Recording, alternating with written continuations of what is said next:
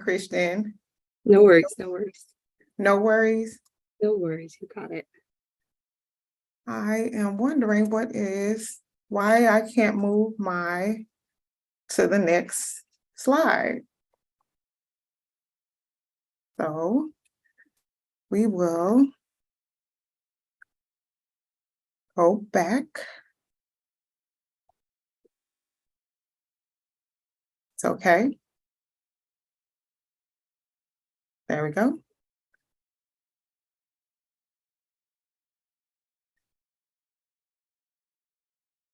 Great. Our family and community engagement mission is to partner with students, families, and staff to support students in a specialized academic and social and emotional way to promote self-determination, equitable opportunities, and authentic inclusion. If you need more information, please go to our website at www.ssdmo.org/face. This recording is a live recording on YouTube, and we would like to have a couple of webinar tips. So if you want to make a comment or anything of that nature, please feel free to use the comment section in Zoom to ask questions and to receive immediate responses. Also, the webinar is not a guaranteed confidential space, so we really don't want to share any identifiable information, specific information about your family or any students.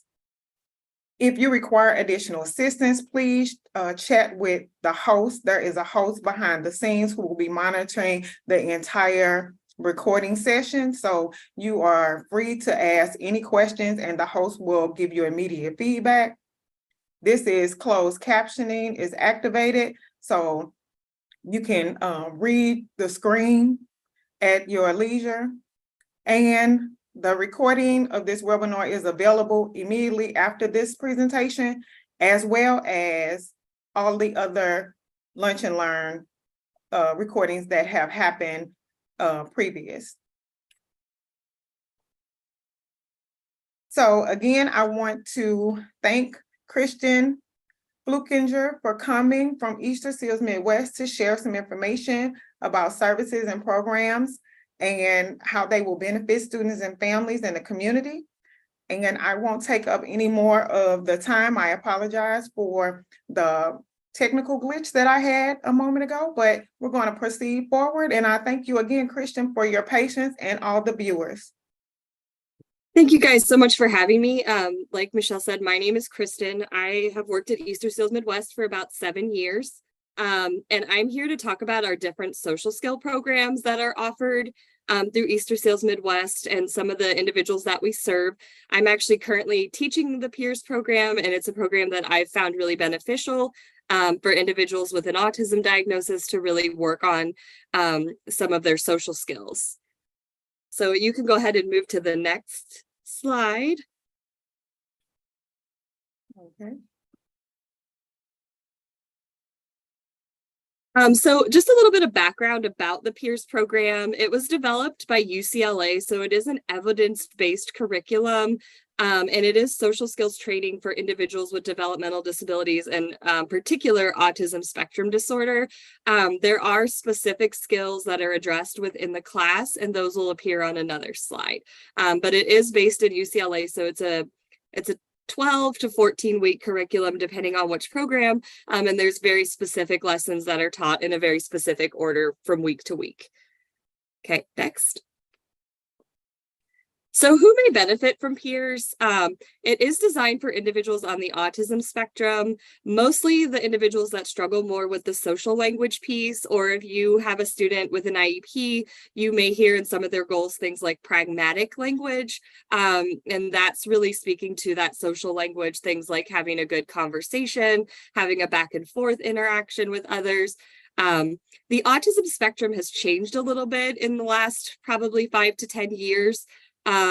And it used to be that people would get diagnoses of autism or Asperger's syndrome. And Asperger's syndrome is not a diagnosis that people receive anymore. They call it autism spectrum disorder.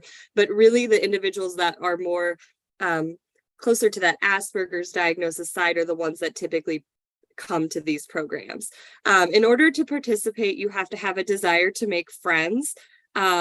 So not everybody who struggles with social interactions has that high desire to make and retain friendships, but we're really trying to target those individuals who have a high desire to make friends, but really maybe are just need some support to find some of the skills that they need in order to make that happen for themselves. And anyone that would benefit from learning specific rules for social interactions. The curriculum is very rule-based. So for example, the last session I had of peers, we talked about how to handle a disagreement within a friendship, and there's very specific rules and steps that you follow in order to do that. Sometimes the families I support are like, there's a lot of rules just to handling a disagreement.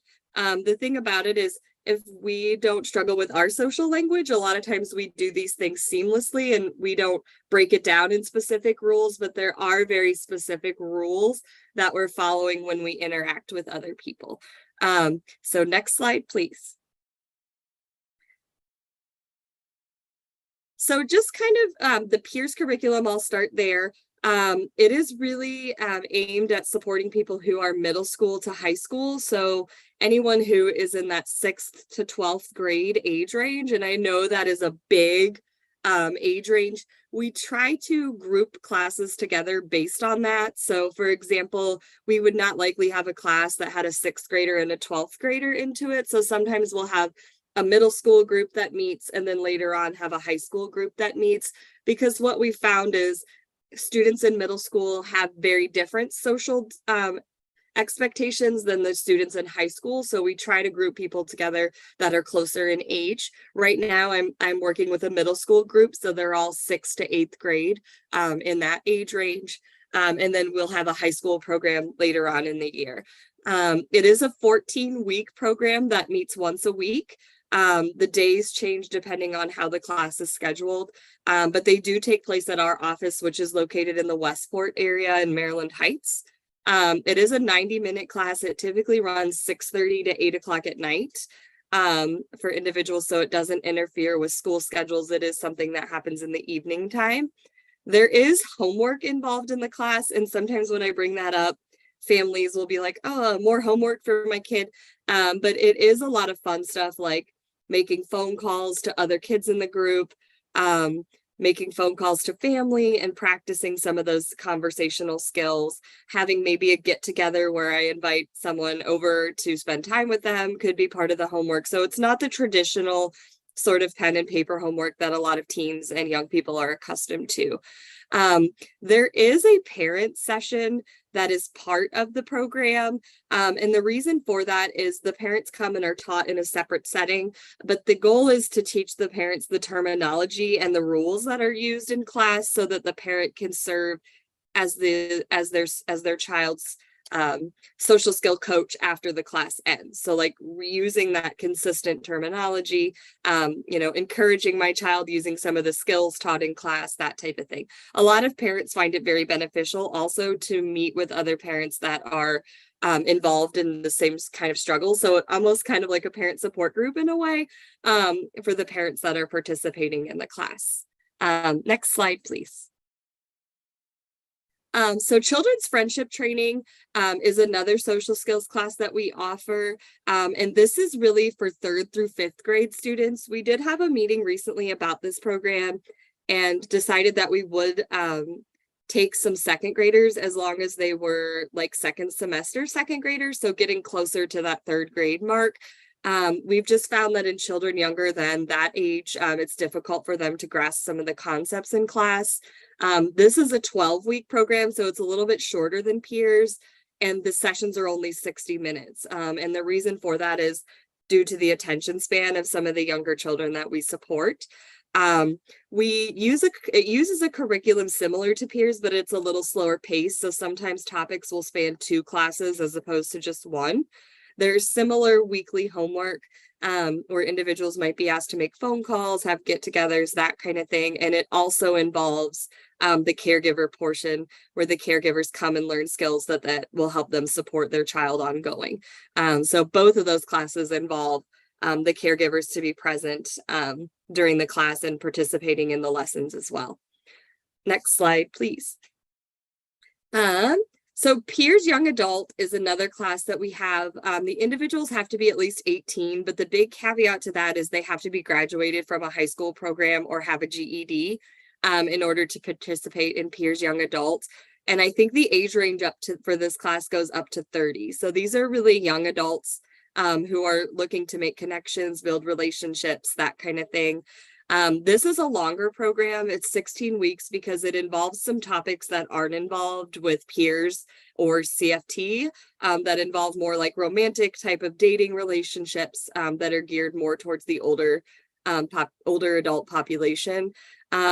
They are 90 minutes, just like peers. So they run typically 6:30 to 8 o'clock in the evening. And they do take place in our office.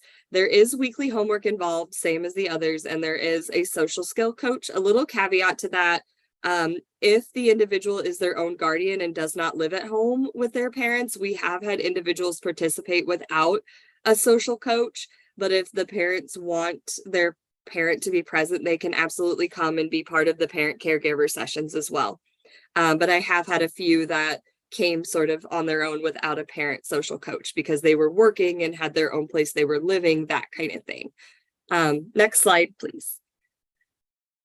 So some of the topics covered just kind of in general in all of the classes that I mentioned. So the peers, that is for middle school and teens, and high school students, the one that's for the 3rd to 5th grade age range, and the peers YA covers similar topics. The first one is how to use appropriate conversation skills. So we talk a lot about a back and forth flow of conversation, how to ask follow-up questions, how to stay on topic, things like that.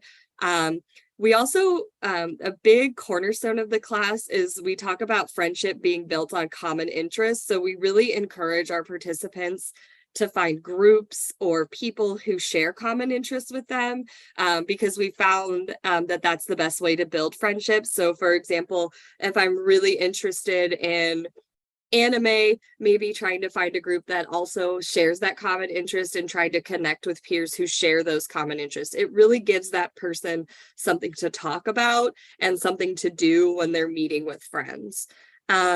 We talk about humor feedback, we call it in the class. So we talk about the appropriate use of humor in the class, like where and when to tell jokes, paying attention to whether or not people are finding our jokes funny or not, those type of things. We talk about how to enter and exit conversations. This is the hardest skill of the class for sure, because it involves entering and exiting a group conversation. So kind of figuring out where I fit in within a group and trying to join that interaction with them. And a lot of the individuals I support have a hard time with that.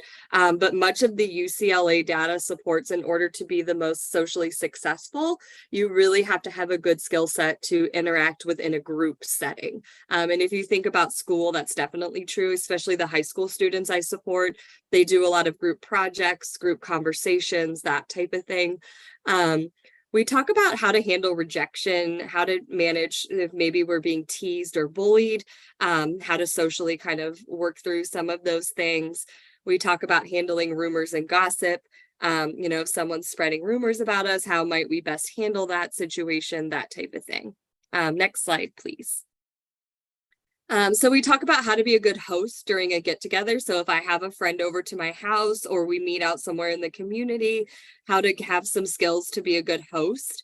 A lot of what I find is trying to build that reciprocity. So when the host or the guest comes over, they may need to be allowed to choose the activity that we're doing and how to, be a good host by offering our guest water, food, those type of things. We do work on how to make phone calls to friends, which is super important. I get a lot of feedback now from the individuals I support that nobody talks on the phone. And so They do a lot of like texting, social media messaging, that type of thing. But if you think about it, there are some, even like within the scope of employment, a lot of times we have to make phone calls. We have to make phone calls to schedule doctor's appointments, that type of thing. So it is still a skill set that is applicable. I just get a lot of feedback like, I don't want to call people on the phone. But I do encourage people and I tell them it's a really good skill set to kind of practice to work on those conversation skills as well. We talk about how to choose appropriate friends. A big sort of motto of the class is friendship is a choice. So you have the choice who you want to be friends with, and people also have the choice whether or not they want to be friends with you. But we try to help people target appropriate friendships and really talk about that common interest as a cornerstone. Like an appropriate friend would be someone who has a lot of things in common with you.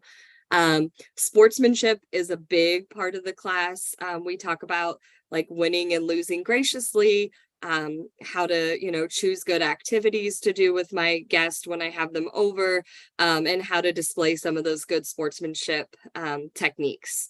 We talk about how to handle arguments and disagreements and how to change a bad reputation. So maybe if I don't have the best reputation at school amongst my peers, what are some of the things that I could do to make a difference in that area? And a lot of times that's very helpful for parents as well as the individuals participating in the class. Next slide, please. Michelle's doing a great job flipping through my slides. I appreciate it. So some of the prerequisites, you have to fit in with one of the age ranges for the groups. But like I said, we pretty much in one of these programs serve people from second semester, second grade, all the way up to the age of 30. So there's a wide age range there that we support. They have to have the ability to have a back and forth conversation. So some of those verbal skills to start initiating some of those conversational interactions. We don't have a lot of behavioral support within the class. So if an individual has a lot of behavioral concerns that may get in the way of their social interactions, the class may be difficult for them. They do have to have a desire to develop and maintain friends. And sometimes I see a disconnect between what the teenager wants and what the parent wants. But if I ask the teen when I'm doing an assessment, which I'll talk about in a little bit, are you interested in a class to make friends? If they tell me no, they may not be appropriate for the class. Some people with autism have a high desire to make friends and just kind of don't have the skill set quite there. But some individuals are very happy, not having a whole lot of friends in their group, those type of things. The reason for that is to do the homework and some of the skills in class, you have to have that desire there to do some of those activities outside of class. There has to be a consistent parent caregiver coach. Sometimes mom and dad both come, sometimes one parent comes, and we're flexible. We just like to see that consistency so that the parent can work with the individual on the skills when the class is ended. And this allows them to generalize across all environments. So the parents learn the skills and they're reporting back to their teen, they're checking in with them, seeing how things are going, and using that familiar terminology. You have to be dedicated to complete some weekly assignments that include things like making phone calls, practicing some of the skills in the home setting, and helping their child to plan some of those get-togethers as well. I definitely, for the younger group, for CFT, the ones that are second through fifth grade, the parents take a very active role in planning the get-togethers, because what I found is a lot of times at that age, children don't have phones. So sometimes it requires the parent to connect with other parents in order to arrange those planned get-togethers. Next slide, please, Michelle. So some barriers to participation. It is a very fast-paced class. And some of the topic areas are complex. So just making sure that they're able to kind of grasp some of the concepts and can do that at a fairly fast, reasonable pace. We don't have para support, so the individual pretty much has to be able to participate in a group ratio of 1 staff to 8 individuals. We cap the class at 8, so there's never more than 8 individuals, and it ranges anywhere from 5 to 8 participants in a class. They must be motivated to make friends. And if they struggle with verbal or physical aggression, they may need to have some of these behaviors addressed in order to maximize their learning within the classroom setting. Next slide, please. So this is just some feedback. I won't read it to you, but It just talks about people who have participated in the class and the progress they've made, and things that the parents have found helpful. And a lot of parents get feedback or give me feedback that it really does make a big difference, even if it's just small changes they see in their child's ability to interact with others. So next slide, please. And this is just more feedback. This was actually from a 6th grade student, but getting more comfortable with being who they are, inviting, friends over, and improving the individual's overall self-esteem. What I found is that sometimes they don't know that these skills are needed, and it gives them more confidence to know what to do in social interactions, for sure. Next slide, please. All right, so that's all I have. And if anybody has any questions, comments, I'm happy to answer those at this time.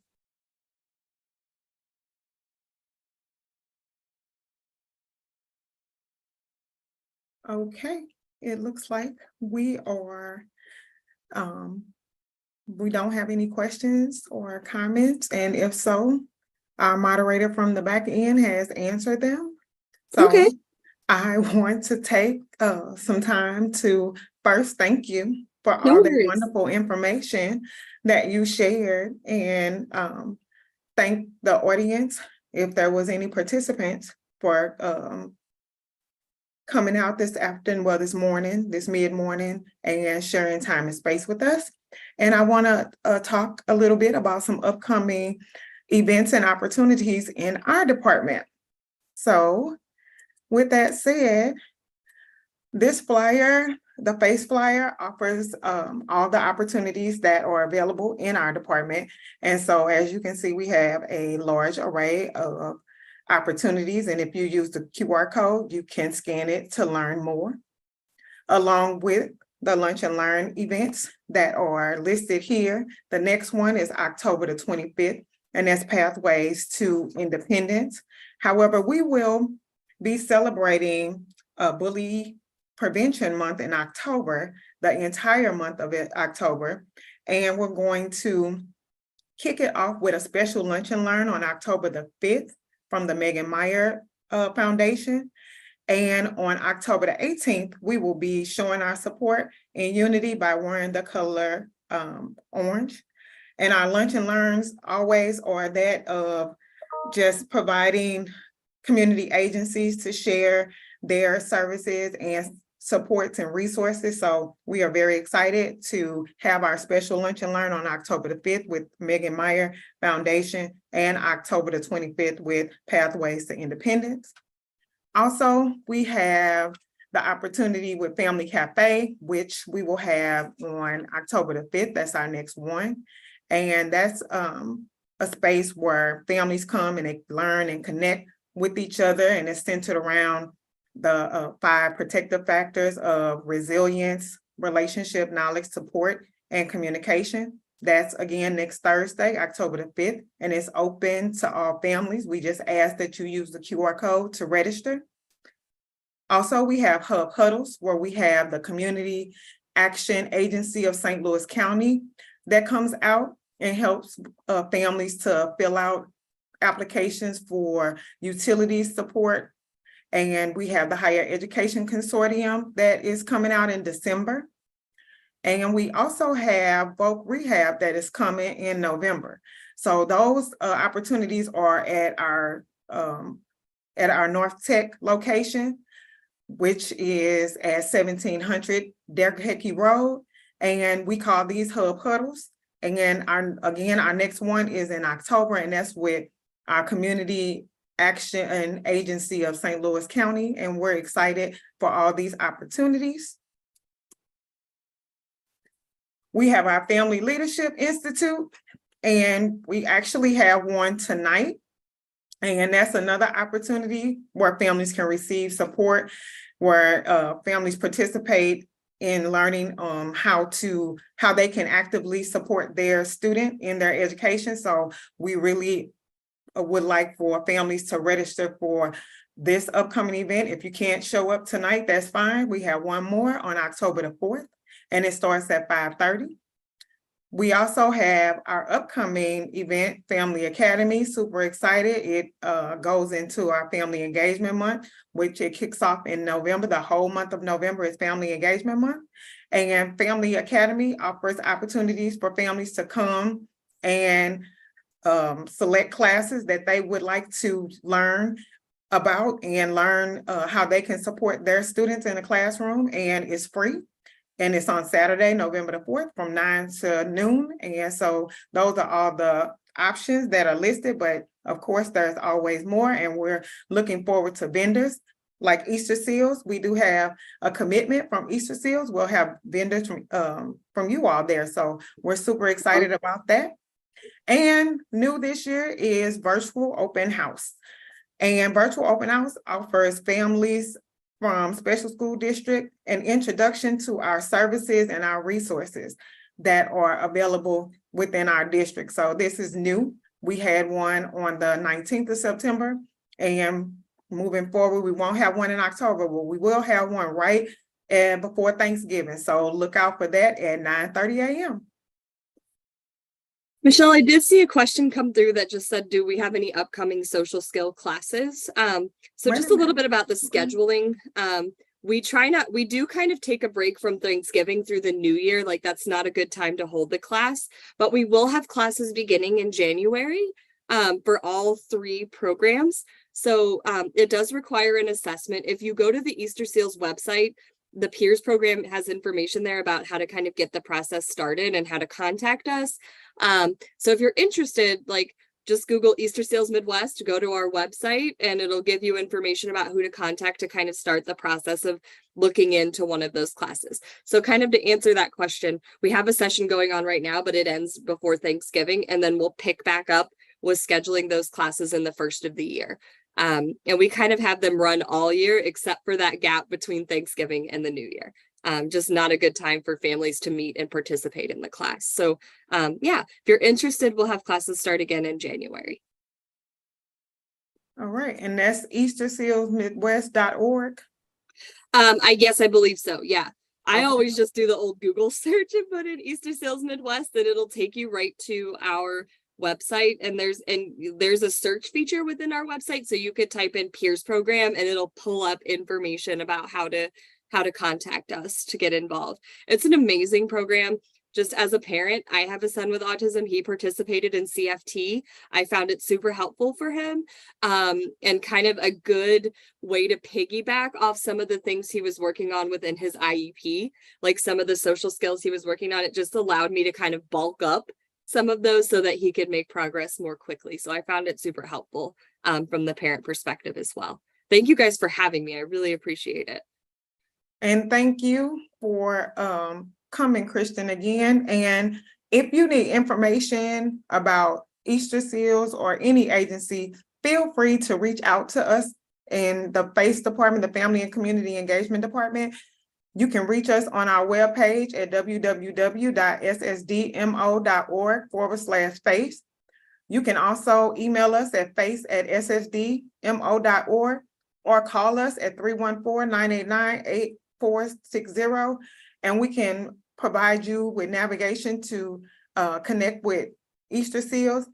And we also would like for any viewers in the present, or if you view later, to use our QR code to provide us feedback so that we can continue to provide quality agencies that will help you in the education for your student. So we thank you again, Kristen. We thank you for all the live viewers, and we will end our session for this afternoon. Thank you. You're welcome. Thank you guys for having me. I appreciate it. Have a good afternoon.